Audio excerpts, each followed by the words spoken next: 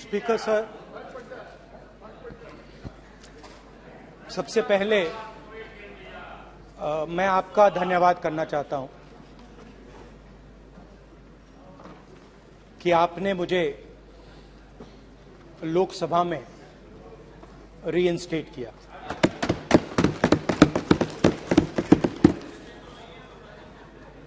और पिछली बार जब मैं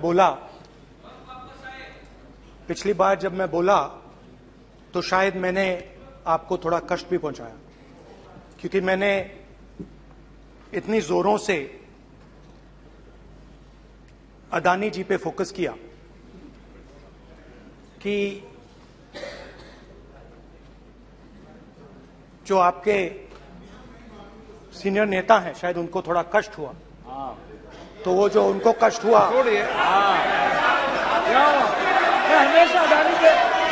हमेशा अदानी पे अभी भी कष्ट हो रहा है। वो जो कष्ट हुआ, अभी भी कष्ट हो रहा है। विषय पे आइए, विषय पे। अभी भी कष्ट हो रहा है, अभी भी कष्ट हो रहा है। ये देखिए, ये सारे नहीं मगर सुनिए ये है। तो वो जो कष्ट हुआ, 1 2 3 4 5 उसका असर शायद आप पे भी थोड़ा हुआ। तो इसके लिए मैं आपसे माफी मांगता हूं, मगर मैंने सिर्फ सच्चाई रखी थी। मगर आज जो मेरे बीजेपी के मित्र हैं, आज आपको डरने की जरूरत नहीं है। डरो मत, क्योंकि आज जो मेरा भाषण है, डरो मत, और आप डरो मत।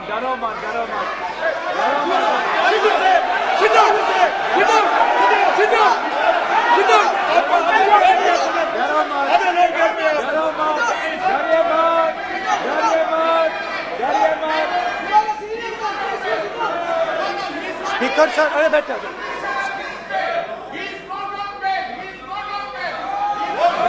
ब्रदर। तो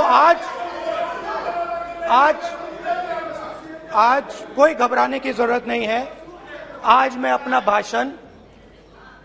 मेन जो भाषण है वो अदानी जी पे नहीं बोलने जा रहा हूं। आप छोड़िए, तो आप रिलैक्स कर सकते हैं, आप शांत रह सकते हैं, क्योंकि मेरा भाषण आज दूसरी डायरेक्शन में जा रहा है।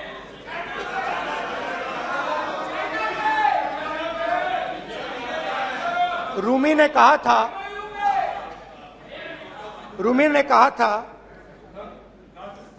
जो शब्द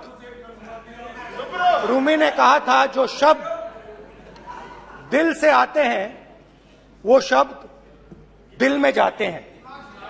तो आज मैं दिमाग से नहीं बोलना चाह रहा हूं, मैं दिल से बोलना चाह रहा हूं।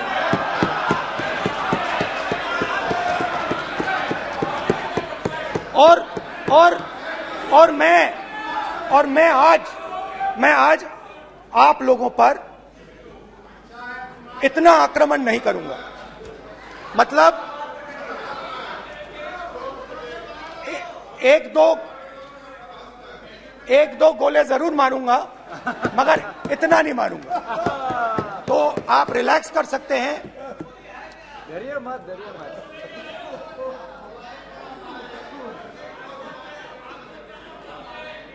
अरे रक्षा मंत्री जी आज संभाल लेंगे आप लोग।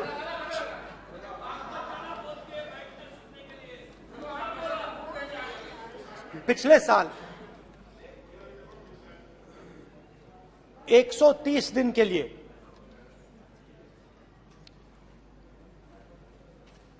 मैं भारत के एक कोने से दूसरे कोने तक गया। अकेला नहीं, बहुत सारे लोगों के साथ।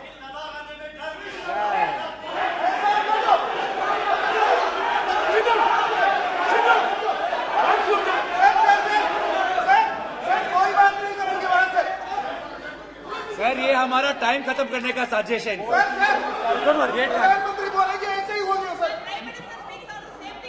सारे समाज निकल जाए। समुद्र अधीर अधीर अधीर समुद्र के तट से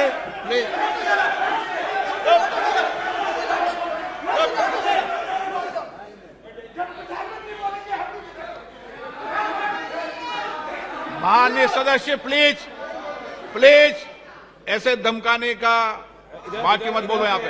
यहाँ पे बोलिए, आप उधर भी हाँ बोलिए। प्लीज। मैं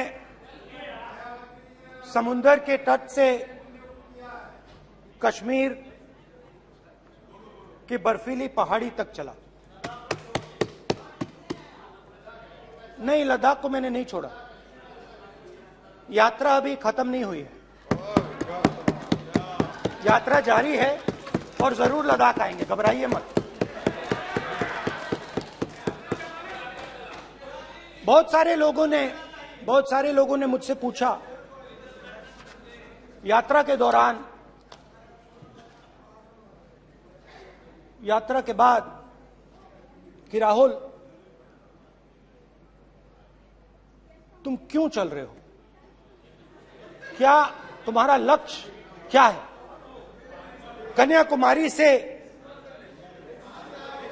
कन्याकुमारी से कश्मीर तक क्यों जा रहे हो। और जब वो मुझसे पूछते थे, शुरुआत में मेरे मुंह से जवाब नहीं निकलता।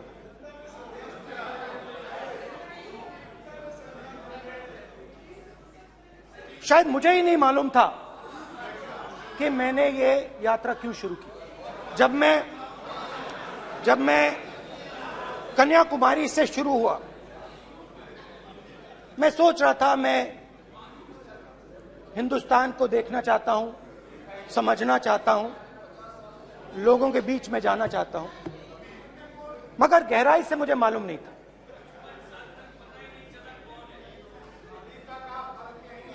थोड़ी देर में मुझे बात समझ आने लगी।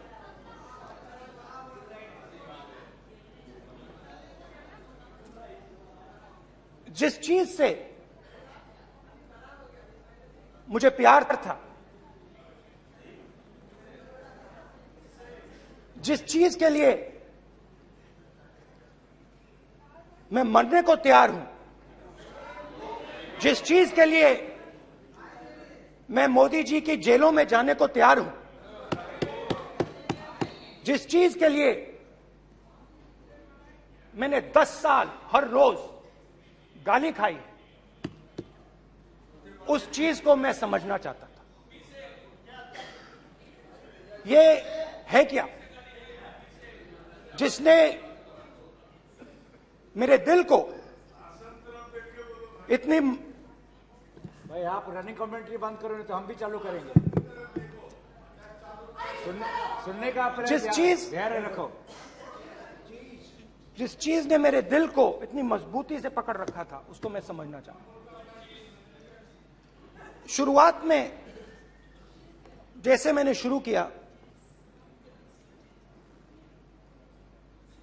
सालों से मैं हर रोज 8-10 किलोमीटर दौड़ता हूं, तो मेरे दिमाग में था कि अगर मैं 10 किलोमीटर दौड़ सकता हूं तो 25 किलोमीटर चलने का क्या मतलब, कोई बड़ी बात नहीं है। ये मैंने सोचा था। आज मैं उस भावना को देखूं तो वो अहंकार था कि मैं ये कर सकता हूं, ये कुछ नहीं है। तो मेरे दिल में उस समय अहंकार था।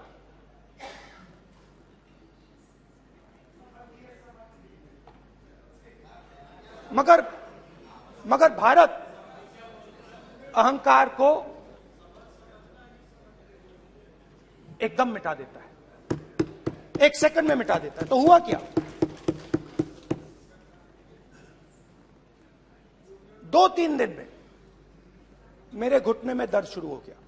पुरानी इंजरी थी और जबरदस्त दर्द।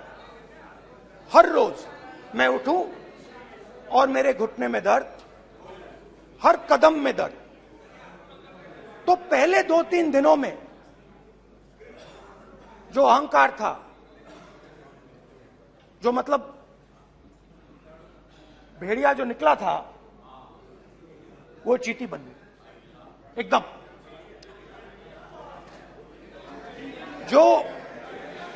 जो हिंदुस्तान को अहंकार से देखने निकला था, वो पूरा का पूरा अहंकार गायब हो गया। और रोज मैं डर डर के चलूं कि क्या मैं कल चल पाऊंगा। ये मेरे दिल में डर था। और जब भी ये डर बढ़ता था, कहीं ना कहीं से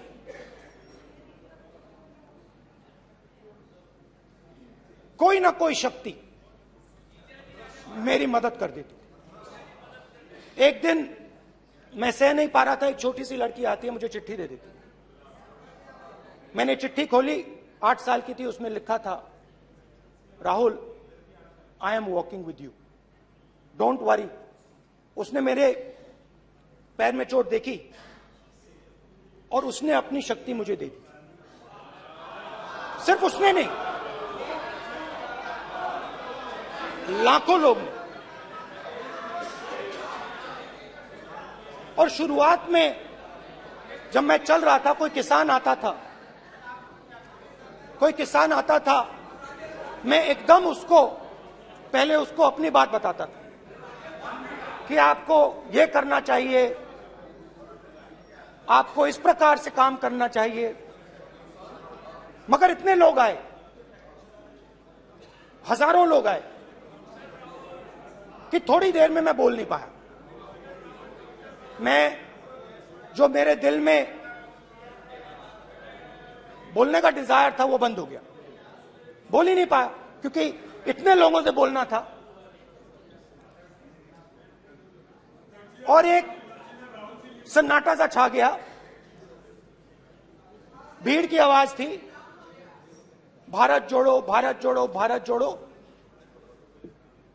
और जो मेरे से बात करता था, उसकी आवाज में सुनता गया।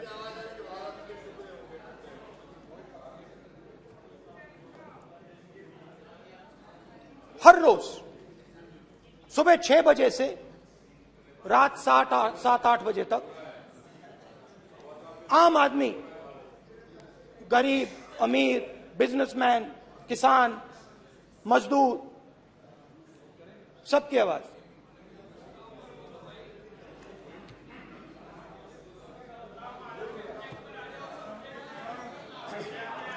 आ रहा हूं। आप कल से रुके, अब थोड़ा और रुक लो, 5-10 मिनट रुक जाओ। तो ये चलता गया, मैं बात सुनता गया। और फिर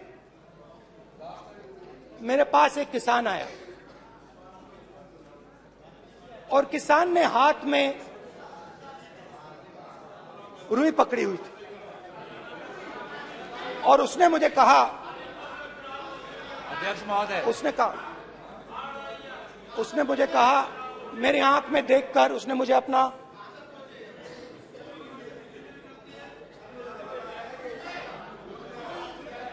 वो रुई का बंडल दिया, और उसने कहा, राहुल जी, यही बचा है मेरे खेत का यही बचा है, और कुछ बचा नहीं है।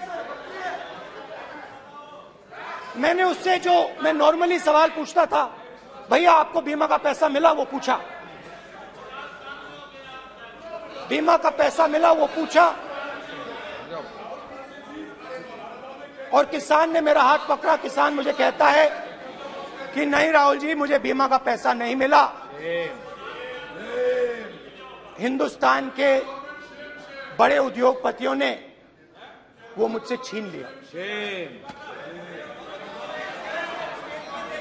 मगर इस बार बड़ी अजीब सी चीज हुई। जब मैंने किसान को देखा और वो मुझसे बोल रहा था, तो जो उसके दिल में दर्द था वो मेरे दिल में आया। जो उसके आंखों में शर्म थी जब वो अपनी बीवी से बात करता था, वो शर्म मेरी आंखों में आई। जब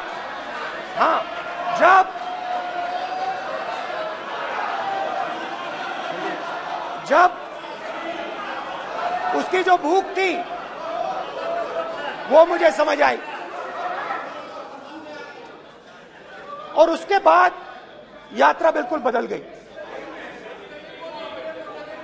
मुझे भीड़ की आवाज नहीं सुनाई देती थी, मुझे सिर्फ उस व्यक्ति की आवाज सुनाई देती थी जो मेरे साथ बात कर रहा था। उसका दर्द, उसकी चोट, उसका दुख, मेरा दुख, मेरी चोट, मेरा दर्द बन गया। समझने की कोशिश करो।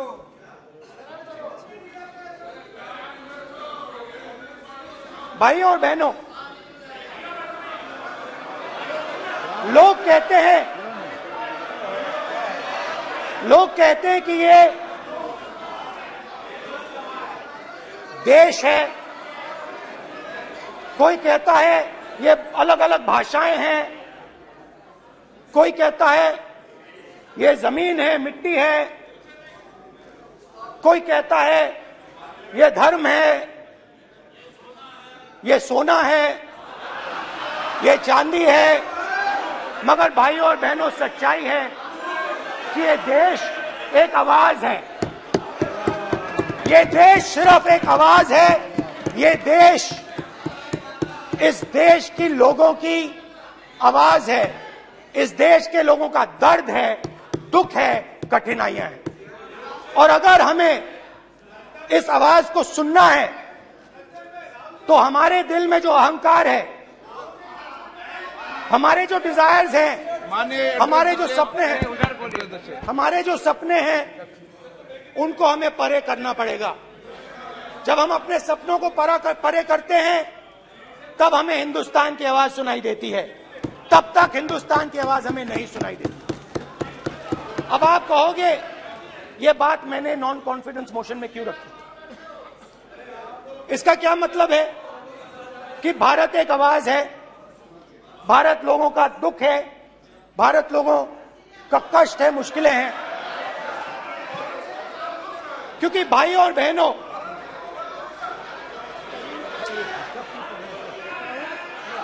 अध्यक्ष महोदय, अब पूरा सूद समेत जवाब तुमको मिलेगा। फिर पूरा सूद समेत जवाब देंगे सर। फिर आप हमें मत रोकेगा सर। अध्यक्ष महोदय, फिर आप हमें मत रोकेगा सर। आप हमें मत रोकेगा। फिर आप हमें मत रोकेगा। आप हमें मत रोकेगा। फिर आप हमको मत रोकेगा सर। हम सब देख रहे हैं, सब सुन रहे हैं, आप हमको फिर मत रोकेगा सर।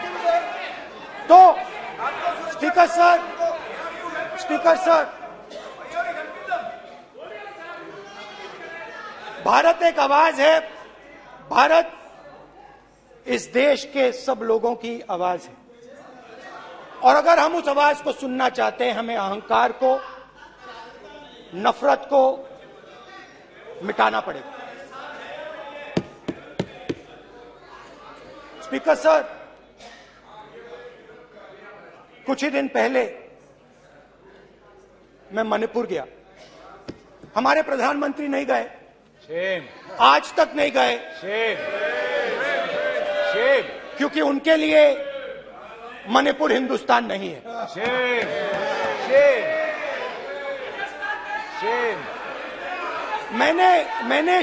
मैंने मणिपुर शब्द प्रयोग किया, मगर आज की सच्चाई यह है कि मणिपुर नहीं बचा है। मणिपुर को आपने दो भाग में कर दिया है।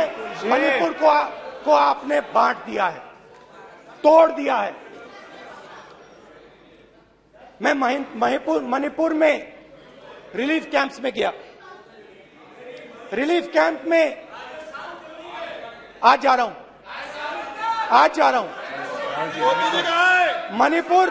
मणिपुर में रिलीफ कैंप में मैंने महिलाओं से बात की।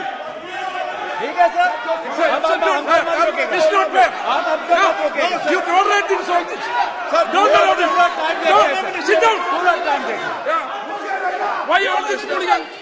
कल देखेंगे प्रधानमंत्री की बात नहीं करेंगे सर, प्रधानमंत्री की बात नहीं करेंगे सर। ऐसे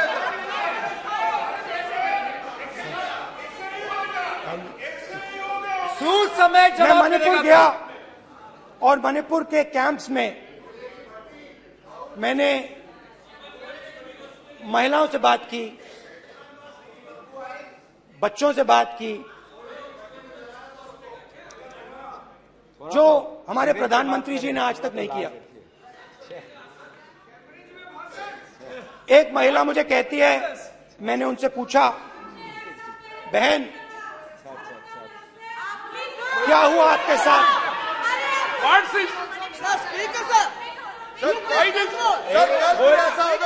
एक एक मंत्री बोल रहे, एक एक मंत्री खड़े होके बोल रहे, एक एक मंत्री खड़े होके ऐसे कर रहे, एक एक मंत्री खड़े होंगे तो पूरे सांसद खड़े होंगे यहाँ पे, पूरे सांसद खड़े होंगे यहाँ पे, बैठे नहीं है, चुपचाप करिए। पूरे सब खड़े होंगे, पूरे सब खड़े होंगे। कल कांग्रेस पार्टी ने पूरा देश खड़ा होगा आपके खिलाफ, तो पूरा देश कल आपके खिलाफ खड़ा होगा। मैं बहुत सारी महिलाओं से बात किया, मगर मैं आपको दो उदाहरण देना चाहता हूं। एक महिला मुझे कहती है, मैंने कहा क्या हुआ तुम्हारे साथ? कहती है,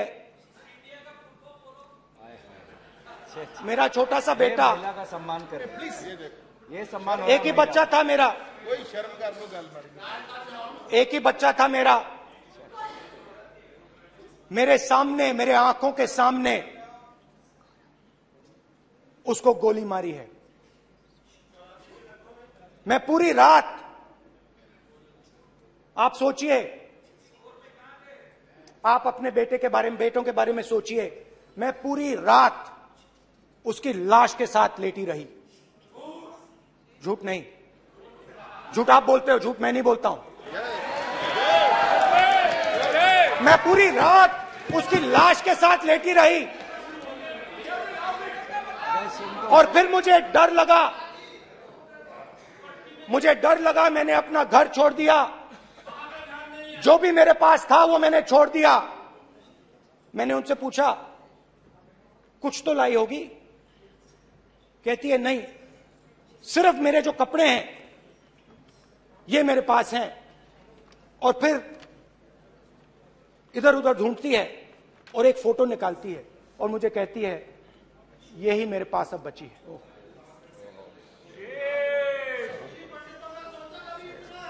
एक और उदाहरण, दूसरे कैंप में मैं, एक महिला मेरे सामने आती है, मैं उससे पूछता हूं, तुम्हारे साथ क्या हुआ? क्या हुआ तुम्हारे साथ? और जैसे ही मैंने ये सवाल पूछा,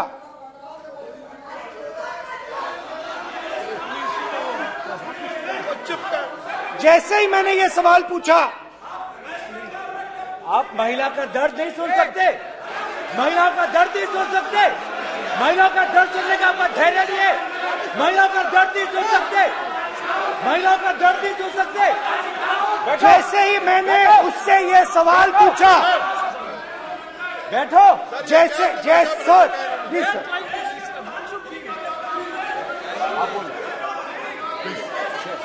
शर्म करिए। जैसे ही मैंने उससे सवाल पूछा, तुम्हारे साथ क्या हुआ, शर्म नहीं है तेरे को? वैसे ही 1 सेकंड में वो कांपने लगी। उसने अपने दिमाग में वो दृश्य देखा और वो बेहोश हो गई। मेरे सामने कांपती हुई बेहोश हो गई। तो ये मैंने आपको सिर्फ 2 उदाहरण दिए हैं। स्पीकर सर, इन्होंने मणिपुर में हिंदुस्तान की हत्या की है, सिर्फ मणिपुर की नहीं, हिंदुस्तान की हत्या की है। इनकी राजनीति ने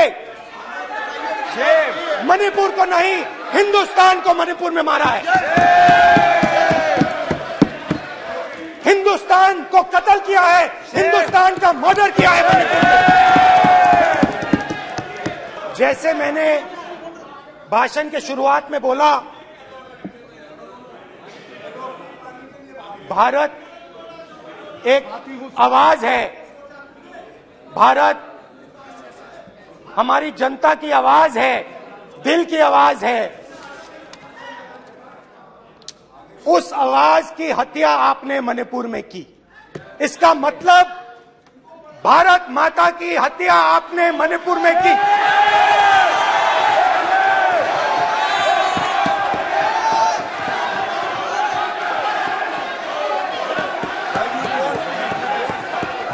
भारत माता को आपने मणिपुर के लोगों के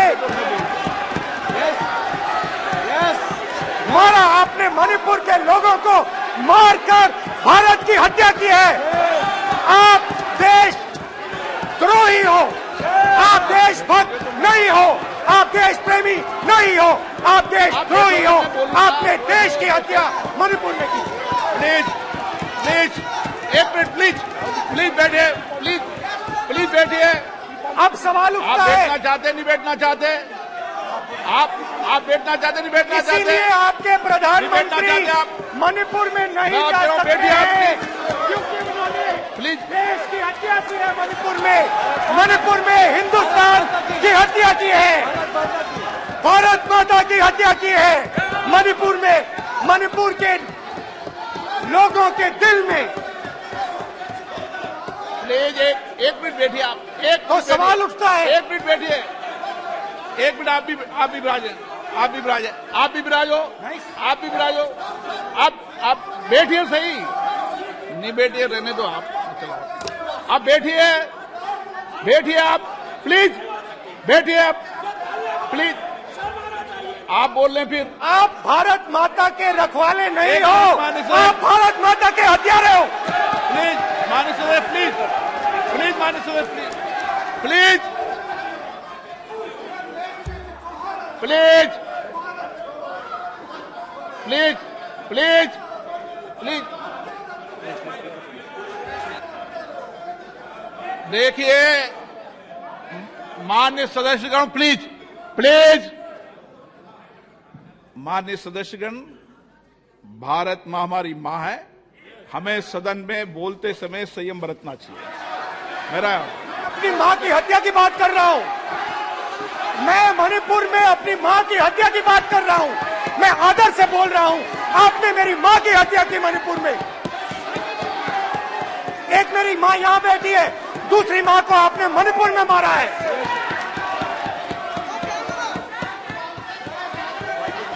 और हर रोज जब तक आप हिंसा को बंद नहीं करोगे, तब तक आप मेरी मां की हत्या कर रहे हो।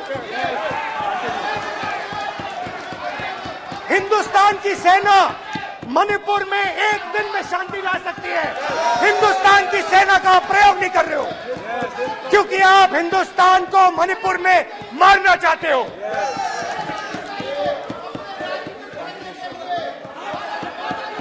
तो अगर नरेंद्र मोदी जी हिंदुस्तान की आवाज नहीं सुनते हैं, अगर हिंदुस्तान के दिल की आवाज नहीं सुनते हैं, तो किसकी आवाज सुनते हैं?